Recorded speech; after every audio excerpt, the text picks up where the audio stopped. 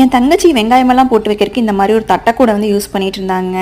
இதை கொஞ்சம் பழசாயிடுச்சு, தூக்கி போட வேண்டாம் அப்படின்னு சொல்லிட்டு அதை எடுத்து வாஷ் பண்ணிவிட்டு இதில் ஒரு டிஐஒய் டெக்கார் பண்ணலாம் அப்படின்னு சொல்லிட்டு தாங்க எடுத்திருக்கேன்.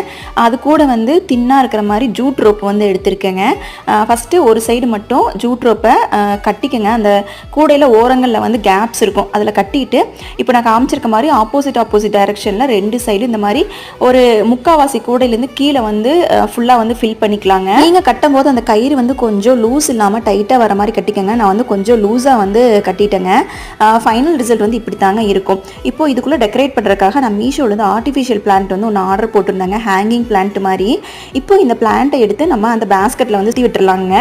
நீங்கள் ஒரிஜினல் பிளான்ஸ் கூட பாட்டில் வச்சு அதில் வச்சுக்கலாங்க. உங்களுக்கு நான் வாங்கியிருக்க இந்த ஆர்டிஃபிஷியல் பிளான்ட் வேணும் அப்படின்னா கமெண்ட்டில் லிங்க்னு சென்ட் பண்ணுங்கள். அந்த பேஸ்கெட்டில் பின்னாடியும் ஒரு கயிறு கட்டிட்டு நம்ம செவுத்தில் ஹேங் பண்ணிட்டோம் அப்படின்னா சூப்பரான ஒரு டிஐஒய் டெக்கார் வந்து ரெடி ஆயிடுச்சுங்க.